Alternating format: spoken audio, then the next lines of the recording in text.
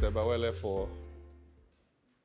for inviting me here on a short notice, right?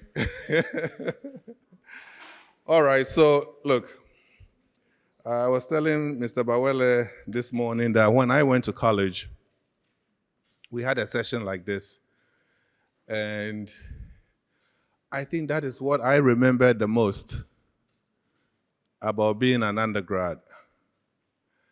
And we had a new speaker every week, and they came from all walks of life. So we have Reverend Jesse Jackson. Have you guys ever heard of Jesse Jackson? He's a civil rights leader. You Google him, he'll come up very fast. He's been to Ghana several times. He marched with Martin Luther King Jr. in the 60s for civil rights in the United States. Barbara Bush, the former First Lady, whose son also became president, was at Central State. Michael Jackson. You guys know Michael Jackson, right? Who doesn't know Michael Jackson? Everybody knows Michael Jackson, right? There can only be one Michael Jackson. There will never be another Michael Jackson again. There will be something different, but not Michael Jackson. Who knows Mike Tyson? The world super heavyweight boxing champ was there. Who knows Don King? Don King is, you can Google him, he's a very famous boxing promoter who also promoted Tyson's fights.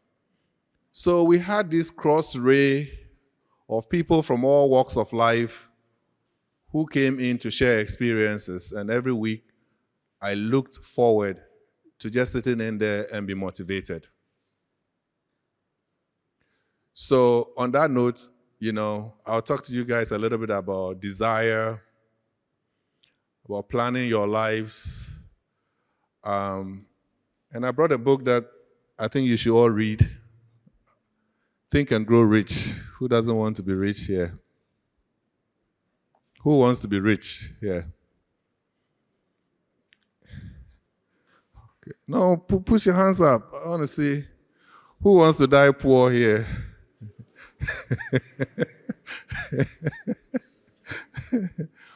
Okay. Who wants to lead a normal life here? You just go to work, come back, happy-go-lucky, just chill out, relax on the sofa, watch TV. Who wants to do that? And Amal wants to do that. You don't want to be bothered, right? I mean, when I say rich, it doesn't necessarily mean money, right? If you are healthy and strong, you can't buy health. So if you are healthy and strong, that is wealth. If you are happy with your life, whether it's slow in the sofa watching TV, that's okay. We can't all be financially rich. In fact, for you to actually be rich, you need some poor people, right? There are only rich people because there are poor people. So I want to start with desire. Who can define for me what desire is, to desire something? What does it mean when you hear desire? Amal? No? Sure, go ahead. What's your name? Peter. A strong want and a long for something. Okay, there's another hand over there. A strong what? Burning desire for something. Okay. Who else? Sure. It's a strong feeling that drives you to do something. Good definition. So what do you desire the most from life?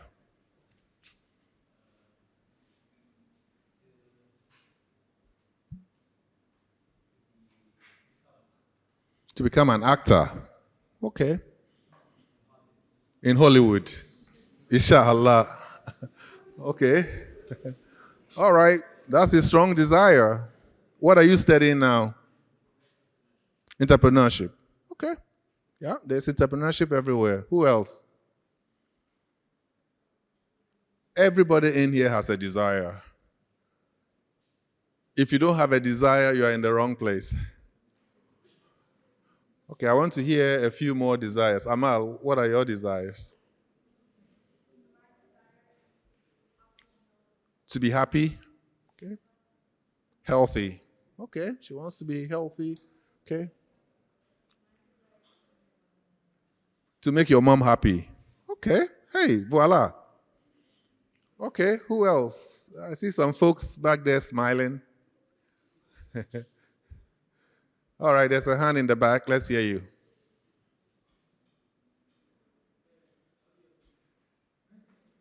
Do we have another microphone, please?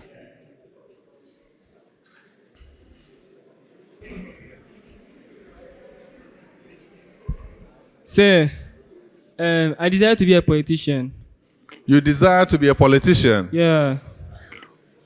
Which kind?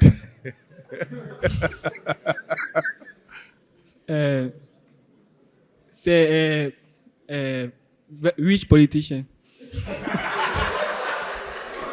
I didn't hear that. Say like how? Okay, guys, if you keep quiet for a second. Shh. Say, I didn't hear the question. I can hear you now. Go ahead. Say like a rich, successful politician. The rich, successful politician. Yes, sir. Shaika Bodhi. Okay, anybody else? Sure. Papa. He wants to leave a legacy for his children. That's his desire. I'm not hearing from folks in the corner there. Roderick, I can see you don't hide. You know when you know students and they're in your class and they always try to hide and you know them. So that corner there, some people are hiding behind the pillar. I want to hear your desires, and I'll tell you a few things about desire. Roderick, okay. To be a farmer? Okay. His desire is to be a farmer.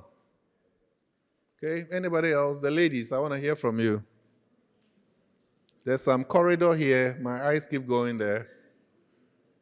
What are your desires? All the smiling ladies. Okay. I'm comfortable, content, and accomplished. Honorable. Comfortable, content, and accomplished. Honorable. Okay, content and accomplished. Okay, that's fair. Have you ever met somebody who desires something so hard and is working hard towards it?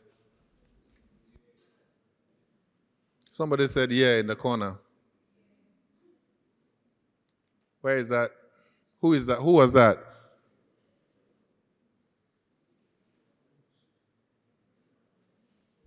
Okay, so I'll tell you some really interesting stories. So in 2009, I met a young man. I mean, he was no longer young at the time. His name was Clayton Anderson. And you can Google him.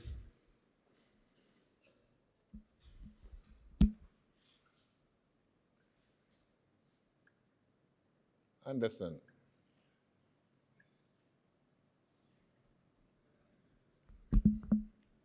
And he was an astronaut. He was an astronaut. Okay? He was an astronaut. And he wanted to be an astronaut. And this is a story he told me. Okay? He wanted to be an astronaut so badly that he actually quit his job, relocated with his wife to Houston, Texas, to work for NASA.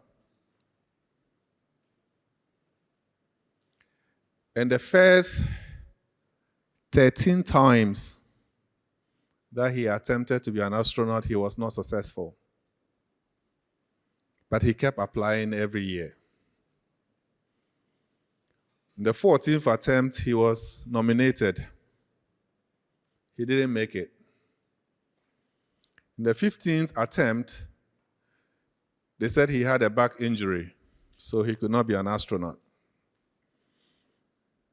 And he went and had a back surgery. And on the 16th attempt, he became an astronaut. How many of you here are willing to spend 16 years of your life chasing your aspirations? You are willing to spend 16 years waiting to be an actor in Hollywood?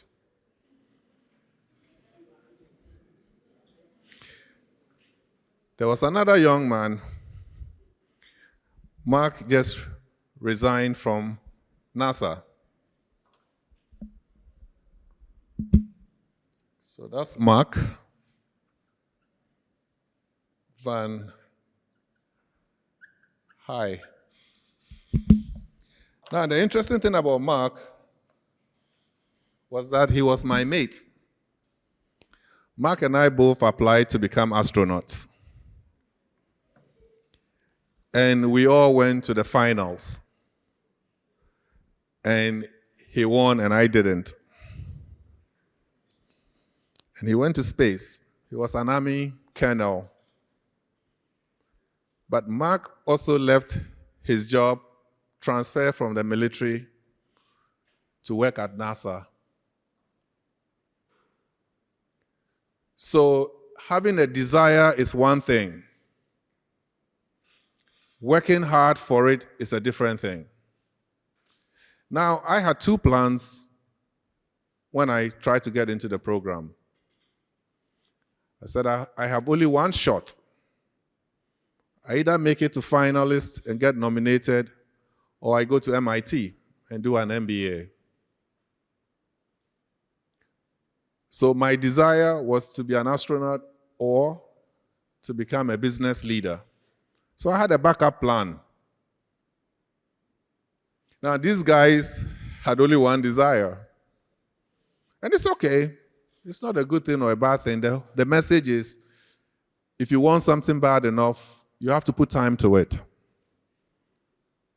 So I didn't get in, and I went to MIT. Now, if I hadn't gone to MIT, that would have been a problem.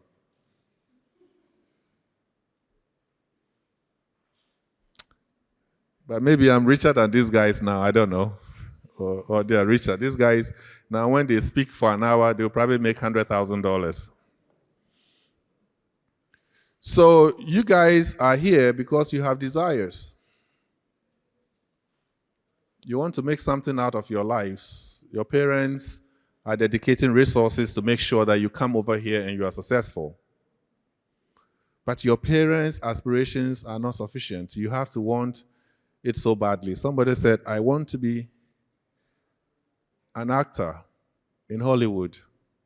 And he's sitting thousands of miles away from Hollywood. It was the same thing down the road from here when I was in elementary school. I said I wanted to be an astronaut. And I put in all the time. And there was nothing that stopped me. And we were 4,000 when we started. And we ended up 47. And 9 people came out of the 47. So you need to chase your dreams, whether you call them desires or dreams or aspirations. You have to work towards them, okay? The other thing I want to talk to you guys a little bit about is planning. I get questions from students all the time that when you were in college, how did you plan your time? Because there are only 24 hours in a day, and sometimes we feel we need 28. So how did you plan it?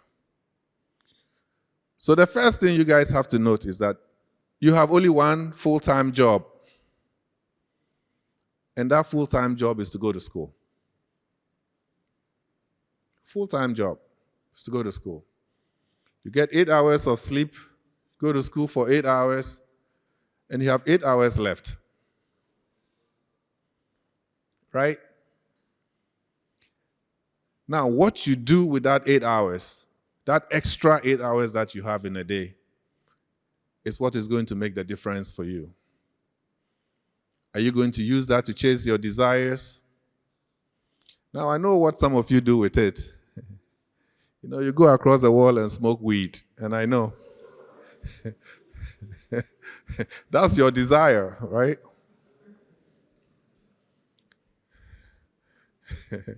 Who can dispute that?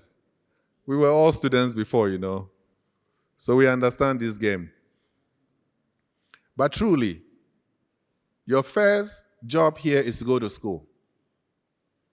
It's 8 hours a day. 8 hours of sleep. You still have 8 hours left.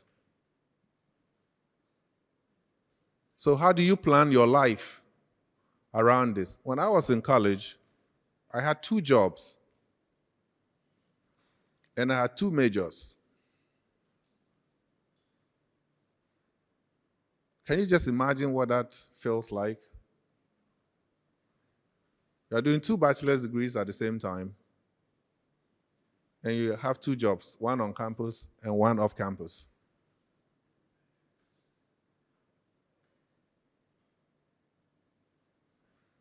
And so sometimes life is so relative that people only look at their situation and say, it's too much homework, it's too much pressure, I can't take this anymore. But every pain you feel, somebody is feeling twice that pain somewhere. So again, it's about priority. What is useful, what you desire the most, is what you focus your time and attention to. Now, I told you guys I used to work off campus, right? And I tell this story all the time.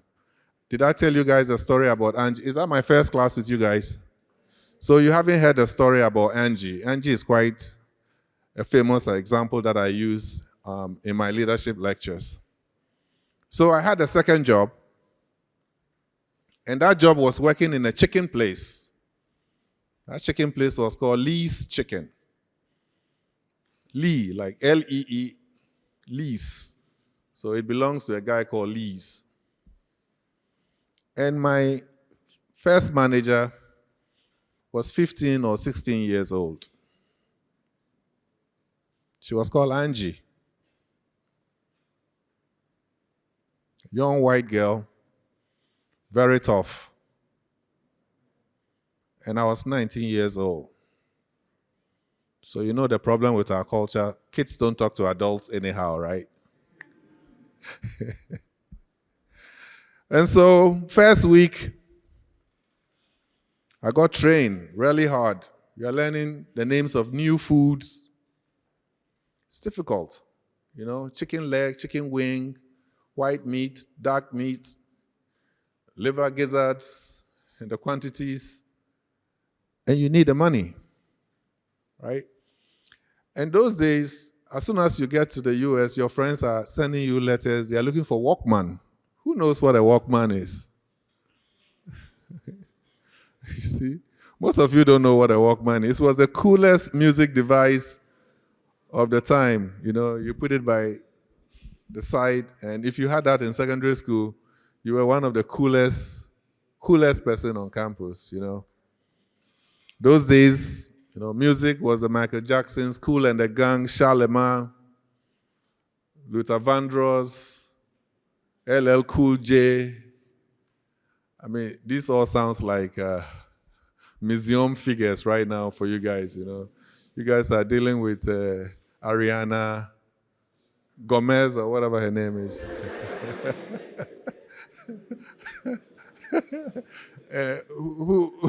Who are the coolest musicians these days?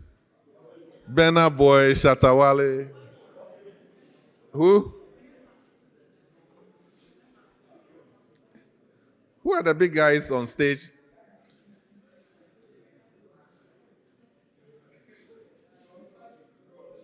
Who?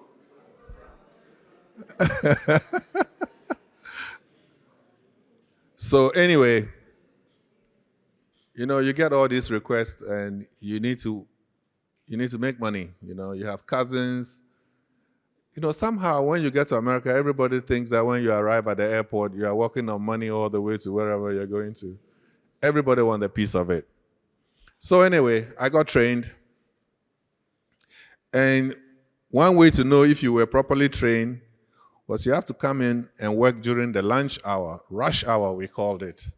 That's 11:30 to about 1:30 is when the drive-through is full and beeping like you cannot imagine. And of course, there's a timer also. So the duration that you serve each customer is recorded. That's for efficiency.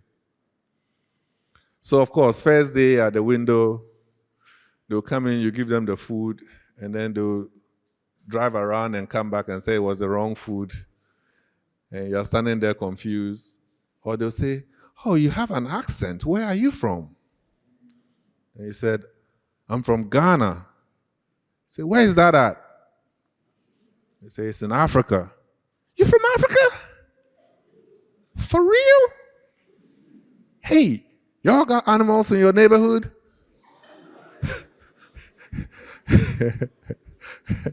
And I said, yeah, they are pets, you know. But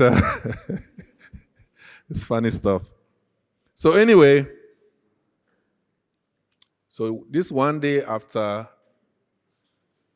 lunch, so lunch used to quiet down by about 1:30. Then in the restaurant, you go around and you wipe all the cookers and wash the dishes. And then we are preparing towards dinner. That will start around 3:34. So this particular rush hour was brutal. So I was so tired, and I went and I was leaning. I wiped everything. Not that I was standing there lazy. And I was leaning against one of the cooking stoves. And then I saw Angie coming up to me. The speed at which she was coming up to me was uncomfortable, you know. She was coming at me like a rhino. And she comes to me, she said, Fred, what are you standing there doing? I was like, I'm done wiping everything, floor clean, you know, just relaxing a little bit. She said, listen, boy, there's no relaxation here. So get that towel and keep wiping. And her nose cone was on my nose cone, like face to face. And then she said something quite explicit. She said, listen, you're going to have to earn every motherfucking penny you make here. I was like, whoa, this is some serious stuff. So, you know, my natural instinct as an African male whose ego has been robbed was to be really pissed, you know. And I'm thinking, if this chick said this to me in Ghana, the way I go whip him. Hey, I'm coming rough. But what do you do? And then I kind of froze for a second, and she said, step. I said, money matters. So anyway, there are lessons there. That's what I'm driving at. It's not just a story in isolation. So I went around and I wiped all the tables nicely. And then I went home. Now, home means back to school, to the dorms. And I was fuming like how dare her speak to me that way? Where I come from, you don't talk to people like that. You don't even talk to men like that. Kids don't talk to adults that way. That is not our culture. Our culture is one full of respect. Everybody is a chief in Africa, okay? A prince. You gotta talk to me right. Then I was thinking, I'm going to quit this job. I don't like it. She has insulted my sensibilities, and what is this chicken thing? You come home smelling like dead chicken for $4.25 an hour. And then sometimes when you are tired and you look at the clock, the handle is not even moving, you know. And a whole day you earn $20. So 2 days goes by, 3 days go by. And I said, Charlie, I need this money. I gotta go. It was a very, a very humbling experience, you know. So I went back, and I never stood still. When things will quiet down, I will wash the dishes, mop the floor, clean the kitchen area, and just kept myself busy. 6 months later, I became a manager. Now I could actually eat chicken for half price, you know. Now, what are the lessons that I learned? You know, anger can destroy you. Being angry for no reason.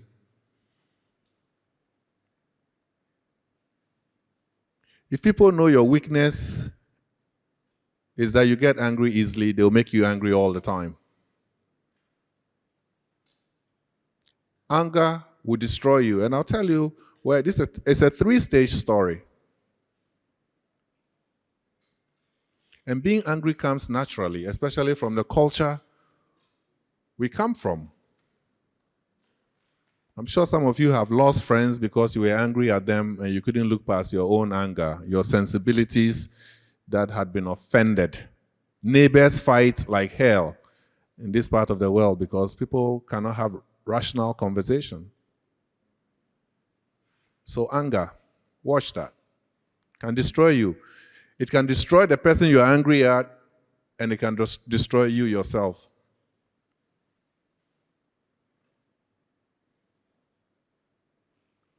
A lot of people have destroyed their lives. I went to school with a guy who was a member of the 64 Battalion. That's the commando unit that Rawlins created. And one day at a drinking place, he had an argument, he pulled his pistol and shot that person. And we don't know what happened to him after that.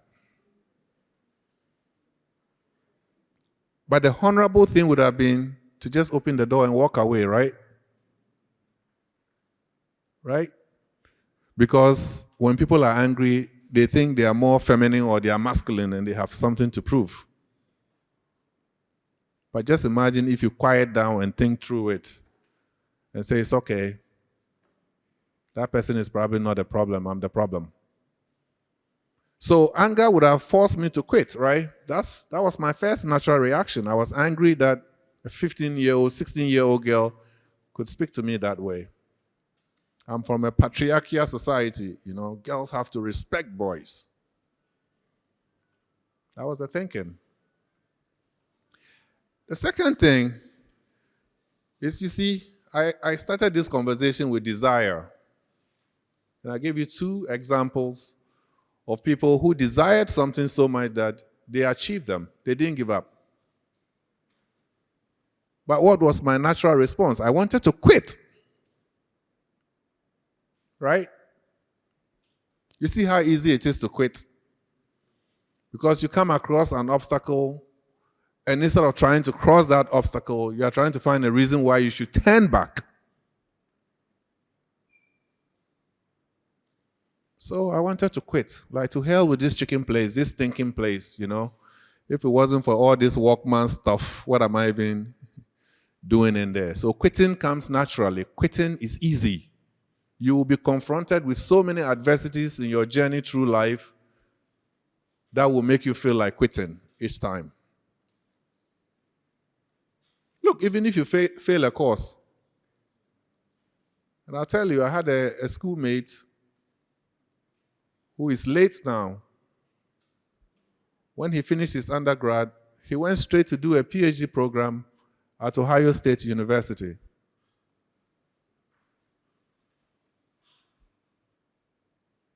Three years later, he flunked out.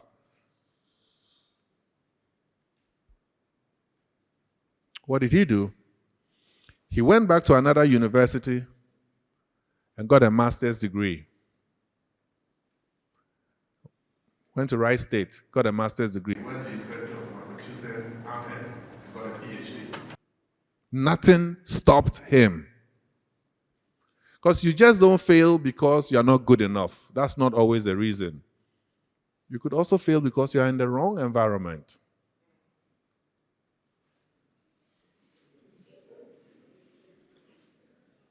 or you are in the wrong company. If you're hanging around with people who desire nothing, they have no aspirations, right? So quitting comes naturally. You have to watch that. The other thing I learned from that young lady was you don't get to choose who your manager is. How many of you got to choose who your president is? Well, you came and found me here. Hopefully you like me, because if you don't like me, it doesn't really matter. I'll be here when you are gone. No, that was meant to be a joke. But you... Of course, who doesn't like to be liked? Right? I hope that, you guys see everything that I do to make sure that this is the right place for you and that your desires are met. Now, what you do behind the fence is not my problem. And you guys know what you do behind the fence, right? I already mentioned it, so stop it. So you don't get to choose your manager. But you find out that when I decided to work with her, we came to an understanding. And that understanding was that I also got promoted.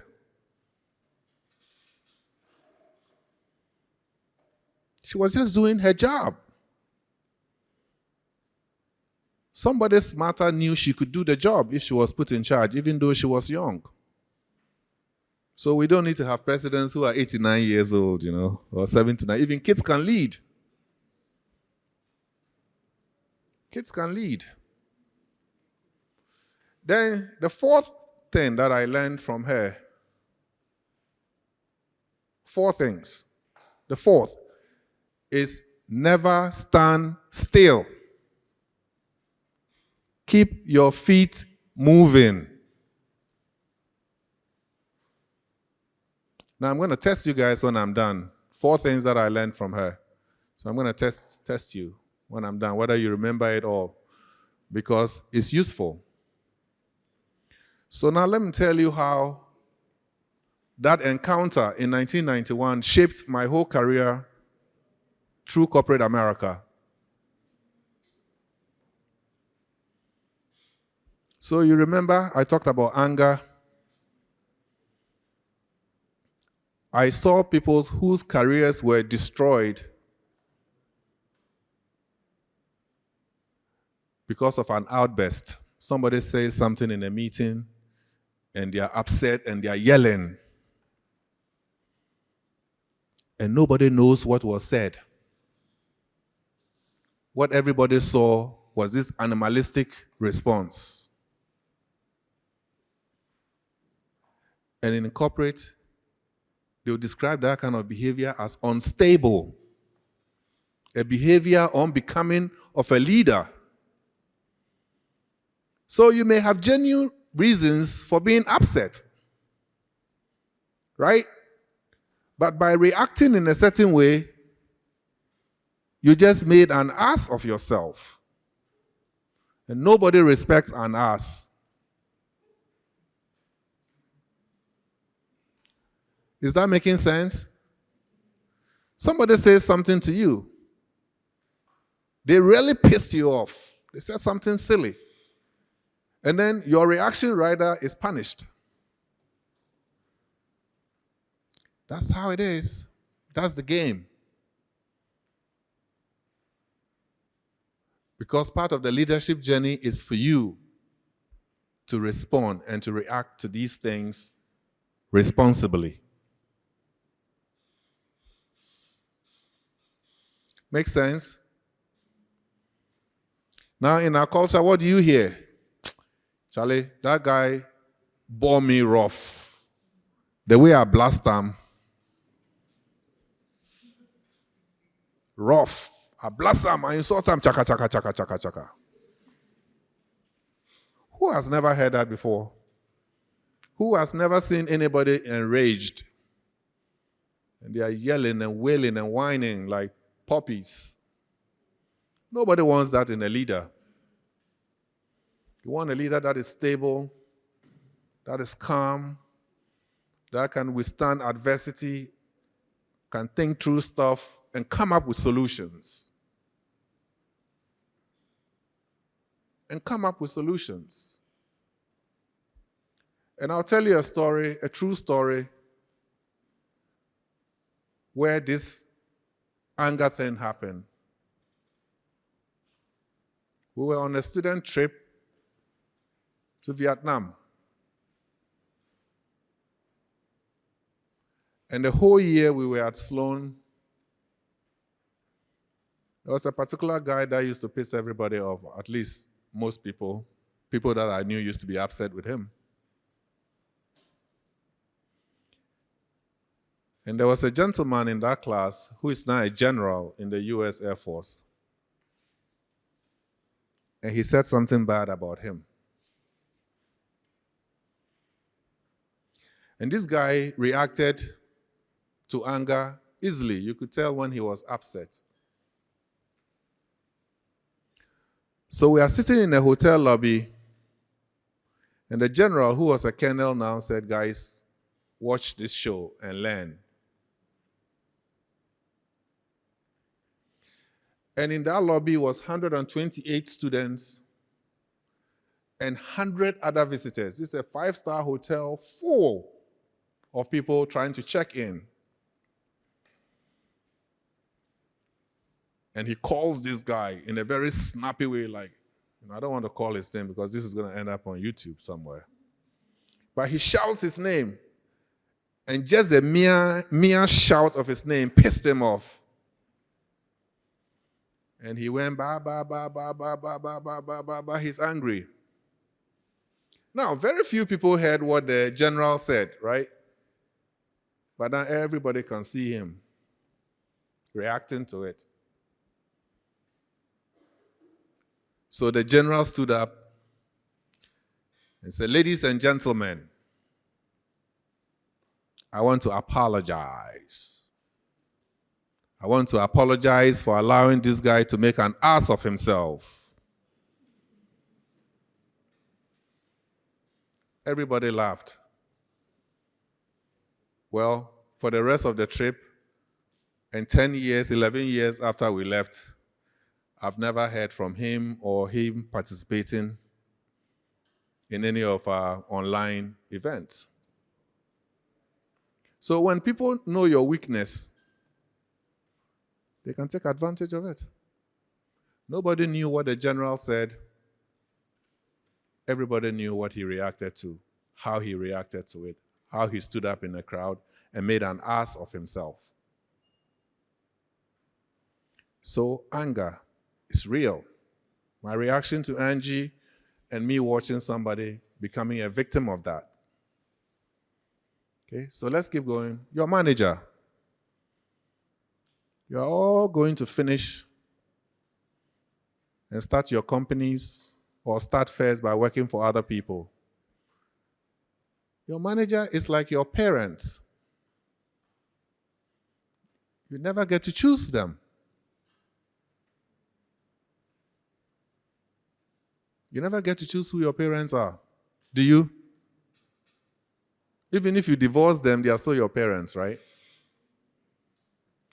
So that's exactly what is going to happen. You're going to work for people, and you're going to have to figure out how to work with them.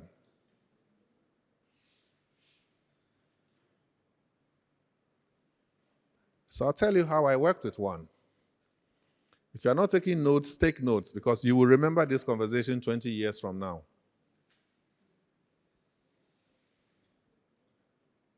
So here I was, young engineer, full of energy, working at Siemens. And one day, my boss comes to me and says, Fred, you've worked so hard here. There are some promotions coming up. You're going to be a group lead, a manager for some group. I was so excited. And then the announcement came, and that wasn't it. Another guy I was working with all of a sudden was my manager. Now, those are some of the most difficult managers to have. People that were your colleagues. And now they are your boss. And they want to transition you overnight from seeing them as a colleague that you ate lunch with every day to your boss that you are actually taking instructions from. So remember the story. You don't get to choose your managers, right? So if you've been watching the news in Ghana lately, there's a police commissioner who thought he should be his boss's boss. COP Alex George Mensah. He thinks he should be the Inspector General of Police. The fact that Parliament even had time to entertain that clown is shocking. It's shocking.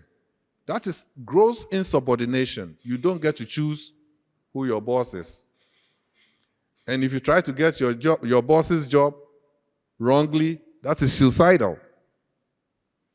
So remember that. In Ghana, you can go on TV and say your boss is the worst ever because you're on your way to retirement. Stay long and see what happens. So this guy comes up to me one day with a gentleman, and he says, Fred, I looked up, said, I want this gentleman to use your computer. I said, sure. So I logged out. He said, no. All of a sudden, his voice had even changed. He said, I want you to log in for him to use it. I said, no, that's not the IT policy here.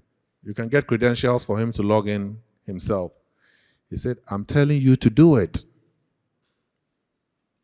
That computer is mine.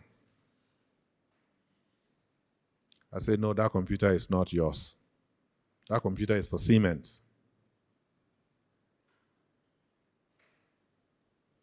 And I refused to log in. I stood my ground. But tension was building. He wants to take control. He's no longer my colleague now. He's my boss. He wants to show me where power lies and muscles intersect. Is that not what we say? So I got up and I went to HR and I put in my 2 weeks vacation because everybody needed to calm down. So I went home for 2 weeks, and again, what am I thinking? Quitting, right? That is the natural comfort zone. When you encounter an adversity, your natural instinct is to flee. Fight or flight, right?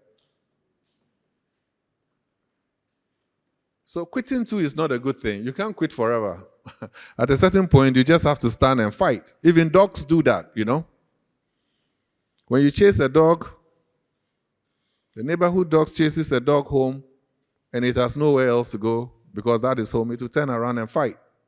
Say, this is mine. So I came back 2 weeks later, and I went to talk to him. And you need to listen to this because it's classic. I went and knocked on his door. He said, who is it? Remember, he's developed a new voice, right? That's the power voice, the managerial voice. I said, Fred. He went quiet. He said, come on in. So I walked into his office, and I was standing, and he was just typing away. We call that power play. So I said, do you mind if I have a seat? He threw his hand. Hey, I said, Assam, this is not going as planned, So I sat down. I said, Martin, I want to have a conversation with you. About what?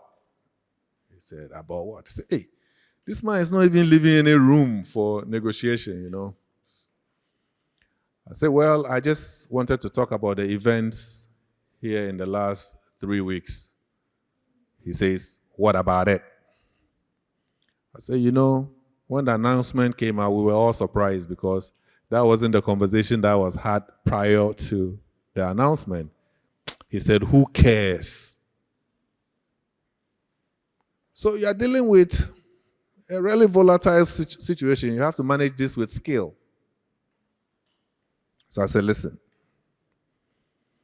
I just wanted you to know that I'm on board. And you can expect that any projects that I'm working on within your organization, I'm not going to take my eyes off it. I'm going to continue to do my work. I'll meet you 120%. Then he said, really? And I said, absolutely.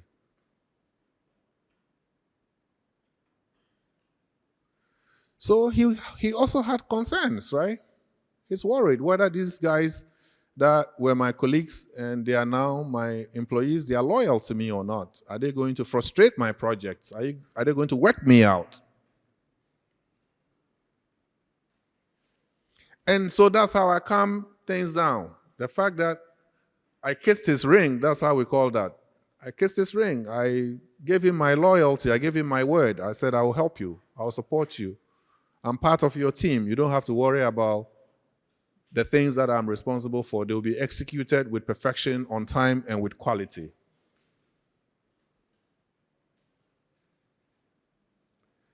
Then I was then trying to finish my PhD. Then one day he calls me into his office. He said, I have good news for you. I said, really? He said, yes. Management has decided that you can take 6 months off with pay to go finish your PhD. Remember, you don't get to choose your manager, right? You just have to figure out how your manager works for you. I said, oh, Martin, all I need is like 3 weeks. He said, Fred, you got 6 months. You can finish your PhD, take your family on a trip to Africa, enjoy yourself, rest. You work so hard. So you're transitioning him from being hostile to being a strategic partner. Now, second year, you will not appreciate this. You'll call me in 25 years. So then I went, 3 weeks, PhD was done, I came back. Then he calls me one day, he says, Fred, can we talk? I said, sure. He said, anytime I'm in Germany, Siemens is a German company. He said, anytime I'm in Germany and we are talking about employees here and performance, your name keeps coming up. So I am so sure that, he said, I want to treat you so nice because I am sure if I stay here longer, one day you will become my boss. You would be my boss. So I will treat you the way I will want to be treated when this place changes hands. Well, a year later, I was the director for research and development, and he didn't have a job.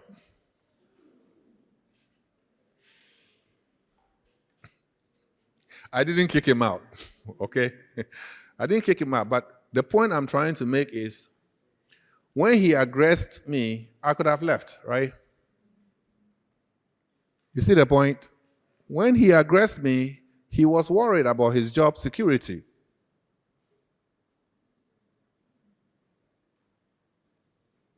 So you need to understand that going head to head is not always a solution. By humbling myself, holding a conversation, and turning him around, I got opportunities that I would have walked away from. So anger management, your inability to choose your own manager. Keep your feet moving. You see, while I was working there, I was still trying to finish my PhD. So I wasn't standing still. I was using my time for something useful. And even when I became a director, I still went back to school and did an MBA. Angie said, don't stand still. Don't be lazy. Don't lean on the cooking stove. Move. Right? So, okay, now, what are the 4 things that I said I learned from Angie? 4. I will not tell you the rest of the story if you don't remember them. So 1, you don't get to choose who your manager is. Hello? Don't stand still. Quitting comes naturally. It's easy. Okay? Anger can destroy you. Questions?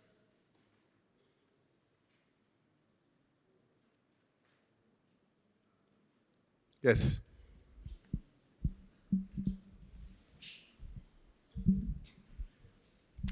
Good afternoon, Prof. It would be nice to introduce yourself, then I can put a name to the face. Okay, my name is Emanuela. Emanuela, okay. Yes.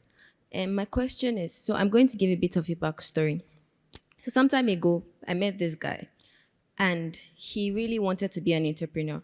And he had tried several businesses, and they all failed. And he told me that he had come to the conclusion that sometimes the best thing is just to give up. And to be honest, it stuck with me at some point. But I'm trying to unlearn that. So my question is, how much do I have to try something that I love so much and fail at it? How many times do I have to fail at that thing before I know that I should move on quit. to something else? That's a fair question. Did you guys hear the question at the back? When is enough enough? So look, I met this lady in San Francisco. And she was a CEO of a small startup called Juniper Networks.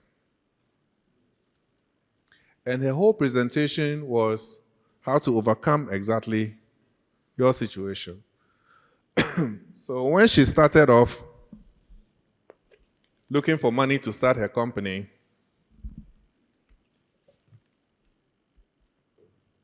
next time you guys need to bring me wine. She went around pitching her business idea 100 times. That is over years. And it was on the 100th pitching that an investor in the crowd said, I like this idea.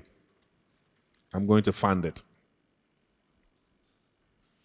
So then a student asked her, what kept you going? And she said, after every pitch, I refactor the feedback that I get for the next presentation. Does that make sense? Because every pitch, somebody will tell you what they like about your idea, what they don't like about it, how your presentation is structured, and she goes back, refines her presentation, and moves on to the next. 100 times. Now, I don't have the patience for 100 times. How many times did I tell you I tried the astronaut thing? Once. Bakutope. You know, and did I want it badly? I wanted it badly, but I had other desires. So the question is, doing the same thing over and over again and expecting different results is what we call madness. But when does madness begin? One of the things I hear quite often in Ghana from entrepreneurs is, you know, I have this great idea, but nobody will fund it. I say, are you sure? So yeah, I say, oh, the banks in Ghana, they don't give loans. They don't give you money to do these things. But banks are in business to make money. So either the idea is not big enough or you are not presenting it well.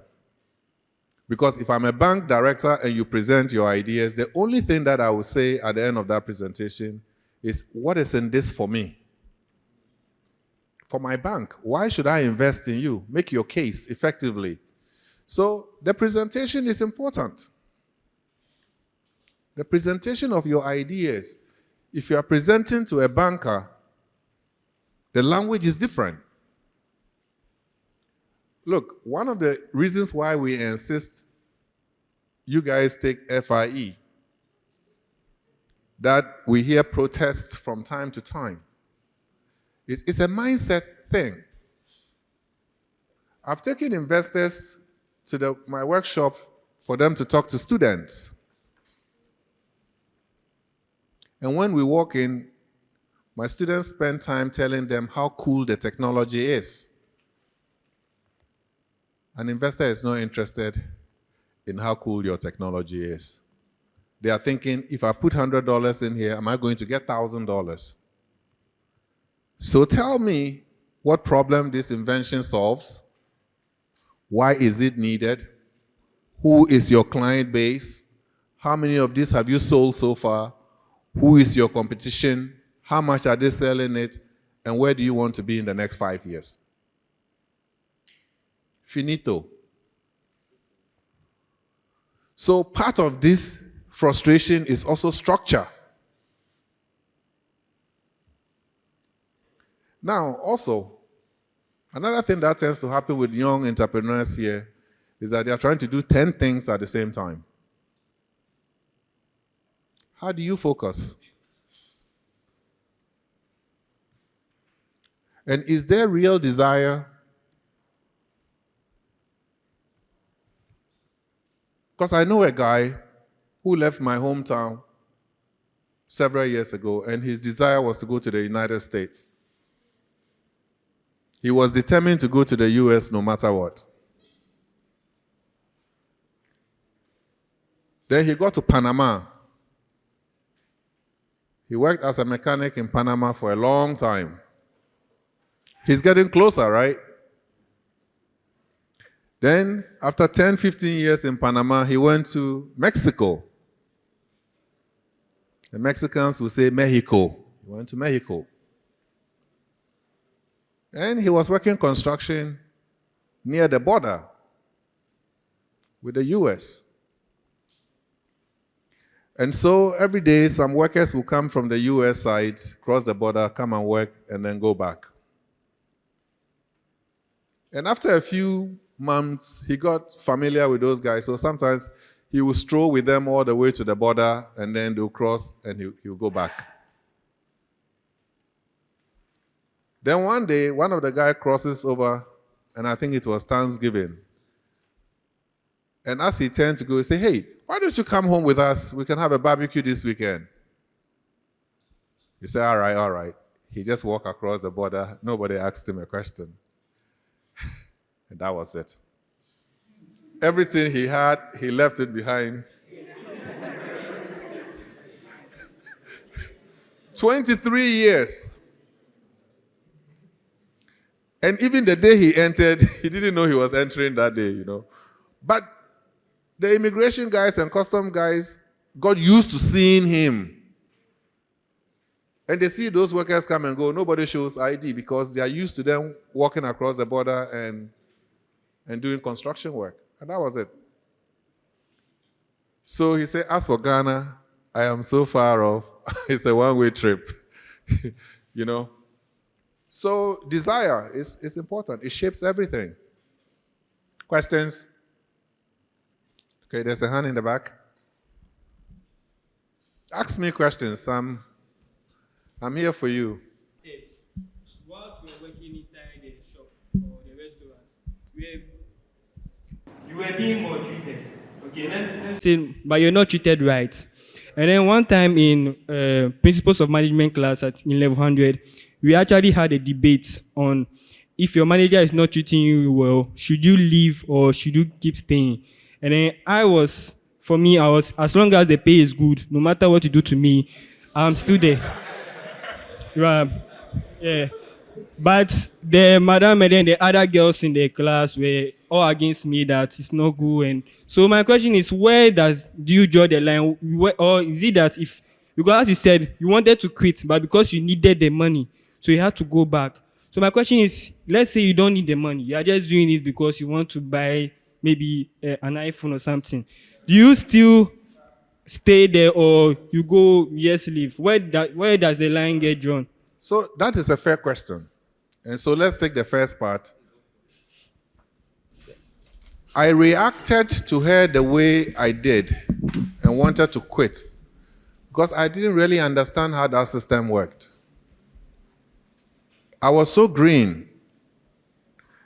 That was one. Two, it wasn't really a well-paying job. This is just a sidekick, not the nicest. And my reaction was more cultural than being realistic. I didn't know that environment, that it could be tough. That is why I transitioned her story all the way to my real life experience when I was in corporate. That people are going to piss you off. That people are going to try to undermine you.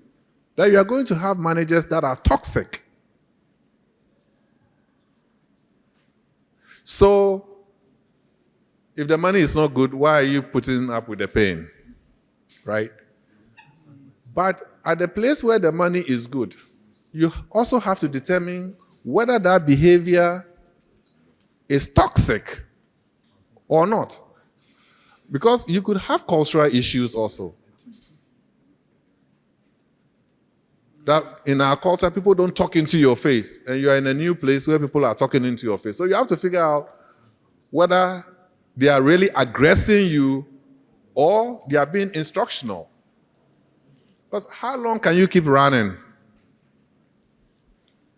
How long can you keep running from one job to the other? Because when I am hiring people in my professional life, then and now, I looked at the CV. And if every year you've changed jobs, I'm not going to hire you. Did you hear that? If you are changing jobs, I say this person has a very thin skin.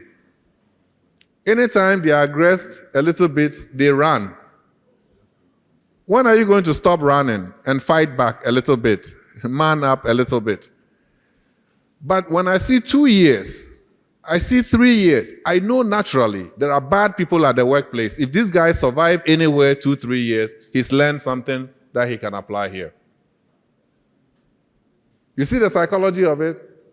So when you are interviewing and somebody say, oh, you have not been able to keep a job in the last 2-3 years, why do you keep moving?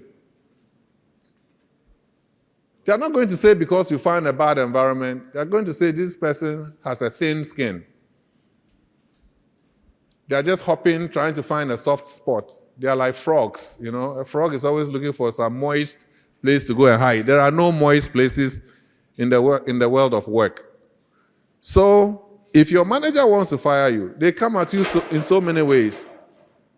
They can fire you directly. They have that power to do that. They can nail you against the wall through attrition. They are complaining about everything you're doing. They are complaining. You can never do anything right. And I've seen that also. That's why I gave you the example of me really going to sit down across that gentleman and having a conversation. I worked with a guy that had a boss that complained about everything that he was doing, and he knew this guy was going to fire him. He was making the case to fire him. So what did he do? One day he walks into his office and he slaps a piece of paper down with a pen and says, since you complain about my work all the time, I would like you to write down exactly what you want me to do. And the guy looked up at him like, how dare you? But he transitioned that conversation very nicely. And they became the best of friends. Because when you are working for somebody, you need to know what their expectations are. It is not what you think they need. And that is the mistake most people make. Here at ACity, I've been here 5 years, 9 months. I still have people that will do stuff without asking me. And I just look at them and say, you will not survive anywhere else. There is only one person you need to satisfy, your boss. That's why I say you don't get to choose them.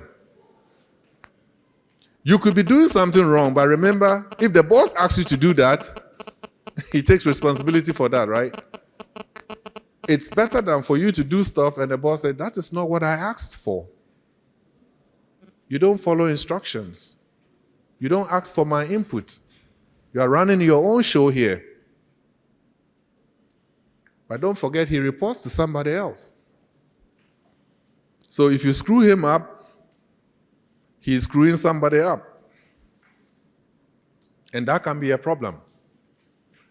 But you always have to figure out whether the aggression, what the intent of the aggression is before you move. Now, having said that, I'm not saying if you have a toxic manager, you should stay there till you die. I'm just saying that declaring every boss toxic and fleeing is not going to help you with your career. Because I want to know that you've worked with people that you really don't like. And if you work anywhere for 2 years, you identify people that you don't like that you still work with. Now, in Ghana, it's changed a little bit, but those days, you can have two people working with each other and they don't talk to each other. They are pissed at each other. Now, in other parts of the world, I may not invite you home for dinner. I may not take you out for a drink, but I'm obliged to work with you. And even though we'll not say good morning to each other outside the building, if we have to work together, you still have to find a nice way of saying good morning, Fred, and still keep a straight face. It's not about your choice. In the US, if your neighbor is making noise, you say, that noise is too loud. If they continue to make noise, you call the police. In Ghana, what happens when you call the police on your neighbor? They will never talk to you again. You are done. Even if your kids cross over, they won't even touch that kid. Questions? Yes.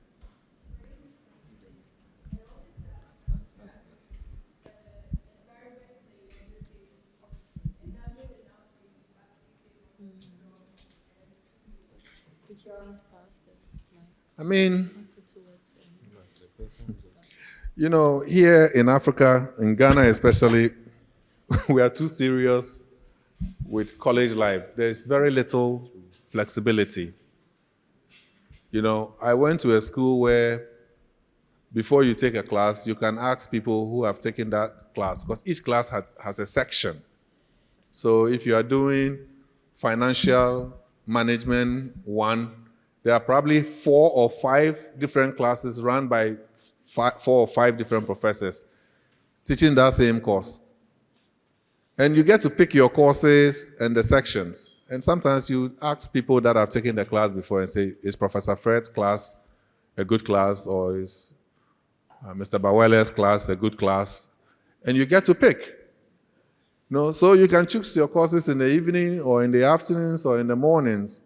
There is flexibility. It's not always flexibility across the board, because there are some courses that there's only one section. You must take that. And so that allows you to sneak in your work time. So I used to take my classes starting at 7:30, but by 2:30 it was finished. And then I can go to my department and work from 2:30 till 5. And then I go to my chicken joint at 6. And then I come back at 10, and I have to wash down that chicken smell and do calculus till like 2. And then go to bed. And sometimes I can't finish all the homework, but I give them what I did. I said, next time it will be finished. Next time I'll finish it, you know. I'm not going to kill myself here. I need to survive, you know. Because unlike that, I mean, the teacher can give you 100 questions, 100 homework questions on calculus. And then you're like, I did this in high school. He said, how do I know? Show me. You know, so you are churning through the same, the y dx, the y dx, the y dx. You say, I'm tired, but you have to do that homework. So sometimes when you get 50 to 50, you say, Charlie, the 50 is for him. Next time I'll try to do 90, and, you know, on and on. You don't have to die trying to get a degree, you know. You have to find a way to enjoy it also. Did you guys hear that? You're hearing this from the president. You don't have to be so depressed that you want to jump off a cliff because you're looking for A's. A's are good, but B's are okay also. No, F's are not good. But your full-time job is to go to school, go to class. Every professor that stands in front of you is there to help you succeed. Look, I was an A student. But I used to work, like I said. It's not in every exam that I will score. Right? Sometimes the exam is 7 and you are coming from work at 10 and you are trying to study to go past that exam. But when I needed help, I asked for it. Don't be afraid to ask for help. It's actually shameful when you need help and you don't ask for it and you are struggling quietly. When I did those 50 questions instead of 100, if my continuous assessment is being affected, I'll go to the professor and say, can I do some extra work to get my continuous assessment up? Can I do some extra work? What's wrong with that? Are you here to fail me or you're here to help me succeed?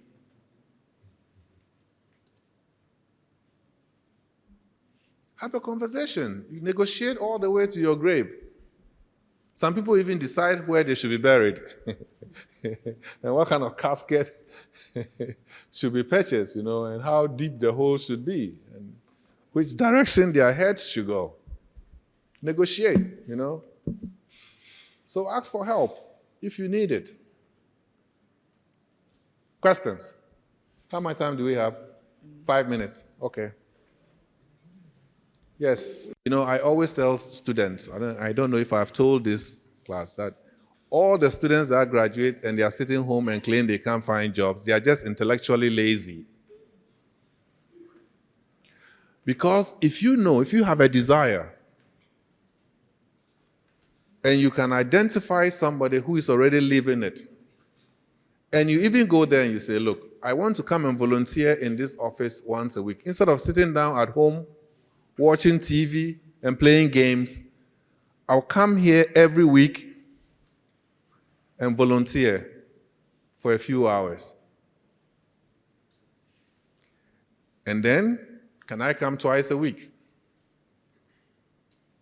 And then, home is a little far from here.